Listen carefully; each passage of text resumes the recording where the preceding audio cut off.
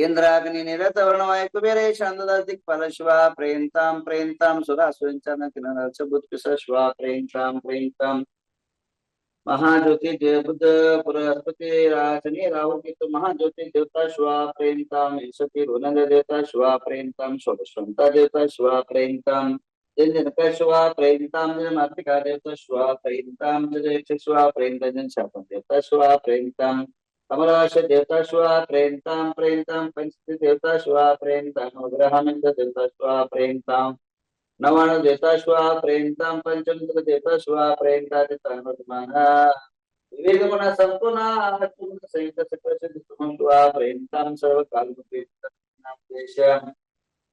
संपदरेत सिद्धत्व पटे जन्मज जागृत धर्म रंजन चिंता सोते सस्मे स्वाहा ओम हृदय के दक्षिणा प्रेन्ताम के तम पुष्पादेवता शांति देवता श्वा प्रेन्ताम दिना चंद्र करणामूर्त ग्रामादि सर्वे कुल सर्वे कुल नाम देशम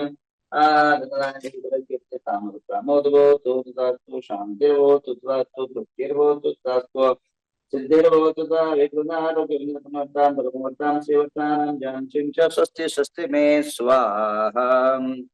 ओम नमो अरहते भगवते श्रीमते पार्श्वनाथतीर्थंकर तत्रंकृत प्रवादास्मृत सर्वज्ञ स्वयं सिद्धाय बुद्धाय परमात्मा दर्शनं सुखाय सिद्ध सत्यज्ञान गजरामरास्माकं श्री गुणधरंदे नाम दियेश्याम मृत्यों च कामं च नरति कामं सफले कामं चिंतित पापं च वैरं च वायुरग्नि सर्वशत्रुं च निंद ग्रह भयं च न चामन सप्रमंत्रं च निंद सर्वाद ग्रह दोषं च न चामन परमंत्रं च सुदुर्भोगं च निंद राच रोगं च सिरोगं च कुष्ठ रोगं च जलनरगज शुमारं च निंद सर्व सस्यमय शुमारिं च सर्व धान्यमारिं च सर्ववृक्षमान सकल पत्र पुष्पमारिं च निंद सर्व फलराट देशमारिं च सर्व विश्ववेदिनीयं स मोहनीयं सकरण दुर्गतं च निंद ओम सुदर्शन महाराज चक्र विक्रय तेजो वृषो शांतिं कुरु स जनानंदनं कुरु स जीवानंदनं कुरु सर्व ग्राम नगर केटकरणं कुरु सर्व लोक सत्तम कुरु सर्व आनंदन कुरु सर्व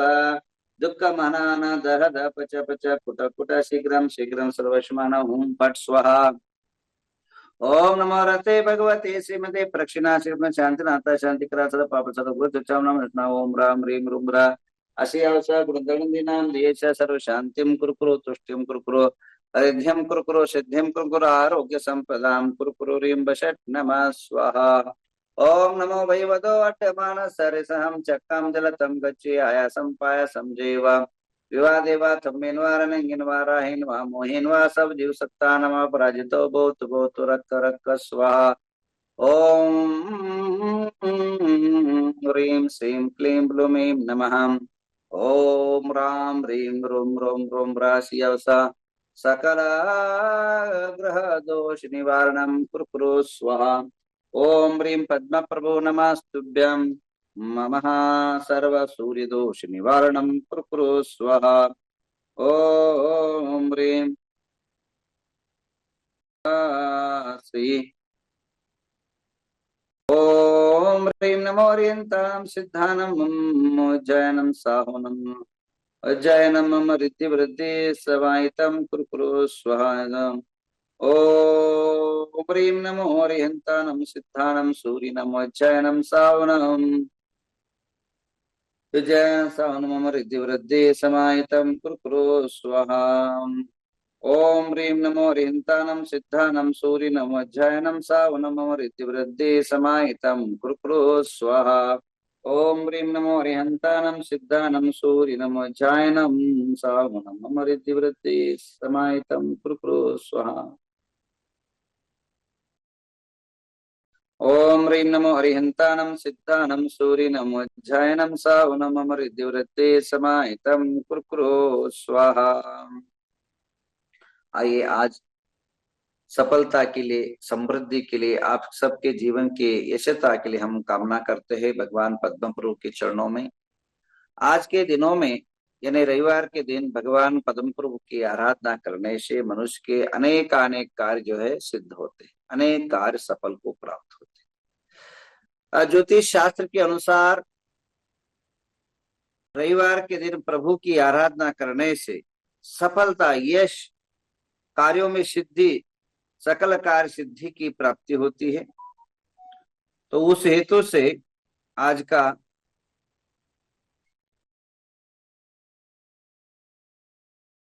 शांतिधारा आप सभी ने जो है सुना, इसके लिए बहुत बहुत धन्यवाद। शाम के टाइम पर आप सभी को जो है वापिस संप्रभुवा के बारे में समझाएंगे और ये सफलता कैसे हो जीवन में समझाएंगे। एक ज्वलंत समस्या आप सबके सामने दिख रही है। हमारे समाज के सामने आए दिन कोई ना कोई बड़ी समस्या खड़े कर देते हैं, आम आदमी हो या सरकार हो। उसका कारण है दबने वाले को दबाया जाता है,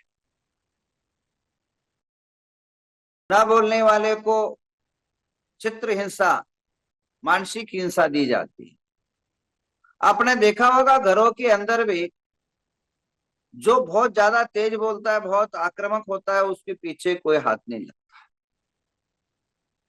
उदाहरण पर तौर पर समझे, जंगलों में जो सीधा लकड़ी होता है उसको हर आदमी काटने का प्रयत्न करता है, परंतु जो सीधा ना होते हुए टेढ़ा मेढ़ा लकड़ी भी जो होती है वो कोई काटता नहीं, कोई काम का नहीं आता, छोड़ देते। तो ये तो जंगलों के साथ और हमारे मनुष्यों के साथ यह हमेशा बना हुआ है संघर्ष। अब हमारे सामने एक नई दिक्कतें पैदा हो गया है। कबूतरों का दाने का,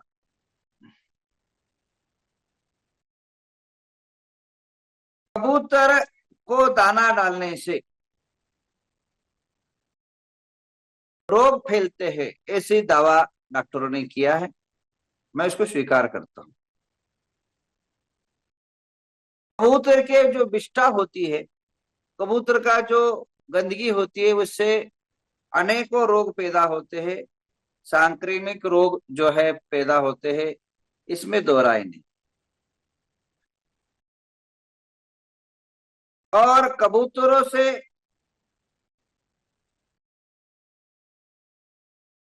अनेकों प्रकार रोग पैदा होते हैं, तो क्या मनुष्यों से रोग पैदा नहीं होते? आप गूगल गुरु को थोड़ा सा सर्च करिए, थोड़ा सा गूगल गुरु के अंदर आप लोग जो मोबाइल है डालिए, मनुष्य से कितने रोग पैदा होते हैं। संक्रामक और गैर संक्रामक दोनों रोग पैदा होते हैं। जैसे नमूनिया, टेनिस, हैजा आदि शामिल है। इसी प्रकार संक्रामक रोग और को बोला जाता है। अब संक्रामक रोग जो है मनुष्य से भी कई प्रकार के पैदे होते हैं, और कबूतर से भी। कबूतर से कहना है अनेकों फंगस आदि पैदा हो जाता है, ये सत्य है, इसमें कोई दो राय नहीं। पर मनुष्यों से भी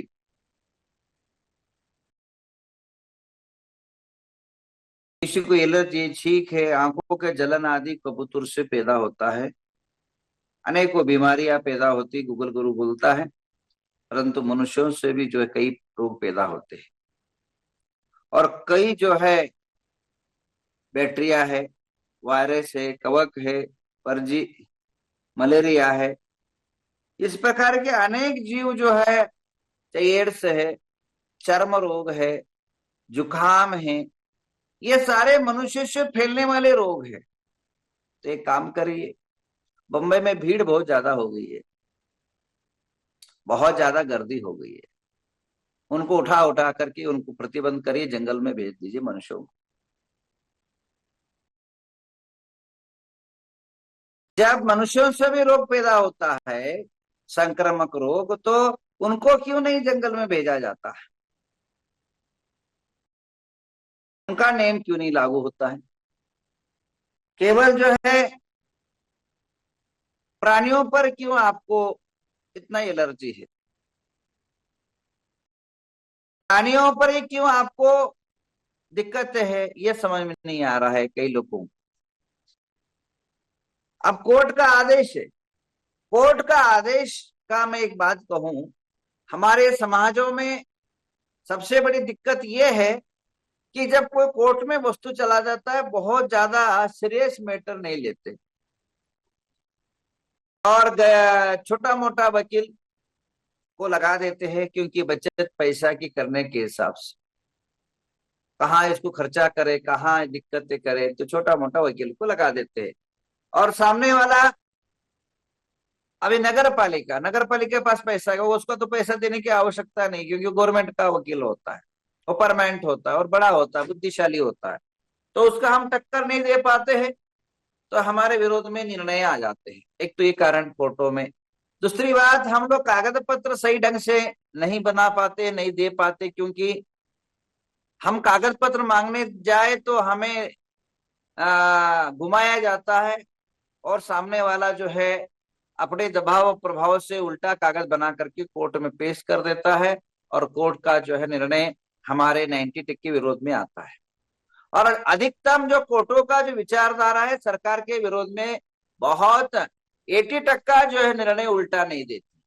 सरकार के विरोध में 80% जो है निर्णय सरकार के पक्ष में रहता है, 20% जो है आम पब्लिक के पक्ष में रहता है। और कबूतरों के बारे में मेरा यह वैयक्तिक अभिप्राय ये है, जैसे बीमारियां मनुष्य से भी पैदा होती है, बीमारी कबूतर से भी पैदा होती है, तो मनुष्यों के जैसे उसके लिए जैसे नियम रूल्स रेगुलेशन बनाया गया है, वैसे ही कबूतरों के लिए बनाए जाए। और जो लोगों की भावनाएं हैं, दान करने की प्रवृत्ति है, 400-500 साल से जो एक संस्कृति है पक्षी प्राणियों को दया करना, दान देना, उनकी हमें जो है अवसर प्रदान की जाए, इसमें मेरी स्पष्टता ये, मेरी भावनाएं। श्वेतांबर भाइयों ने, महिलाओं ने, बच्चों ने बहुत सारा कोशिश कर रहे हैं। अंतो गंतवा हमारे मुख्यमंत्री ने भी इसमें इंटरफेयर किया और कुछ रास्ता निकालने का सोचा है। और कई टीवी माध्यमों का भी जो है इसमें नेगेटिव विचार है। जैसे हमारे जीने का हक है, हम स्वतंत्र हैं, वैसे हमारे चलने का, फिरने का, खाने का, दान देने का हमारा हक है। हम स्वतंत्र भारत में जैसे वक्तृत्व कहने की जो शैली है वह अपना हक माना जाता है, अपनी भाषा जो है हम किसी को बोल सकते हैं, वैसे भी हमारा जीने का भी हक है। हम अपनी जो है हमारी संस्कृति के अनुसार जीना हमारा हक है। अब रही बात है वातावरण और कलुषित न हो, ध्यान रखिए हमारी जो कबूतरों को दाना डालने का जो पद्धति है, इसमें हमारे यहाँ कोई धर्म के अंदर कबूतर का स्पेशल नहीं आया है। प्राणी पर दया करना, पक्षियों पर दया करना, जीवों पर दया करना, हर दया का एक अभिधंग है। हमारी जो पंच सूत्र है, अहिंसा, सत्य, अचोर, ब्रह्मचर्य, अपरिग्रह, उसमें सबसे पहला अहिंसा। अहिंसा का ही पर्यायवाची दया, प्रेम, करुणा और लोगों के प्रति आपस में वात्सल्य भाव रखना, यही जो है धर्म का हमारा सही अर्थ। हम दिगंबर इसलिए होते हैं क्योंकि वस्त्रों में कीटाणु पैदा हो जाए, उसको अगर धोए और गटरों में जाए तो कीटाणु मरे, इसलिए हम इतने दिगंबर अवस्था को धारण करते। हम केशलोच इसलिए करते किसी के पराधीन न हो, और वस्त्र लगने के माध्यम से कीड़े पे नाश न हो, इतने अहिंसा के परिपालन कर रहे हैं। हम चल रहे गाड़ी में, वाहन में इसलिए नहीं बैठते कि जीवों का हिंसा न हो। ये हमारा रग रग में अहिंसा हमारी भरा हुआ है, हमारे देह के अंदर ही अहिंसा भरा हुआ है। हम लोग अहिंसा के सिवाय हिंसा का विचार ही नहीं कर सकते। और सभी जीव जो है जगत में जिए, आयुष वृद्धि हो, ये सद्भावना रखते हैं। और तो और सुबह और शाम को हम प्रतिक्रमण करते हैं, ये इंद्रिया, ते इंद्रिया, पंचेंद्रिया, जीवा, सभी जीवों को अगर कोई कष्ट पहुंचाया, दुख पहुंचाया हो, हम उनसे क्षमा याचना करते हैं।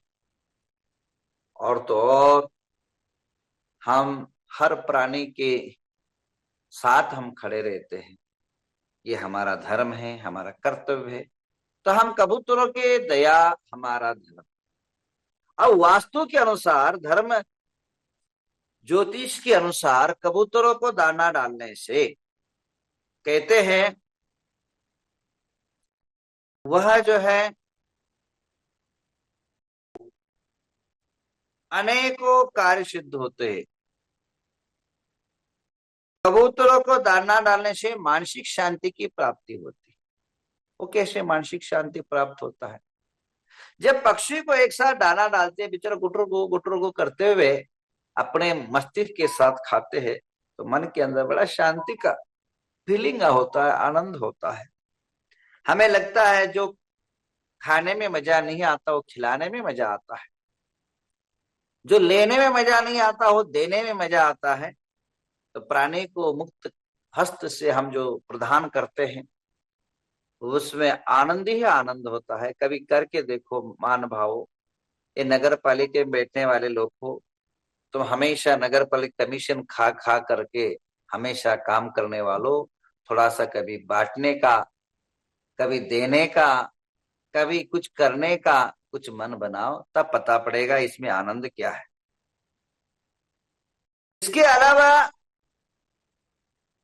एक जीव जो है जब पेट भर लेता है, जो वह पेट भरने के बाद जो आनंद का डकार लेता है, तो जो शकुन, जो पुण्य प्राप्त होता है, और कहीं पुण्य की प्राप्ति नहीं होती।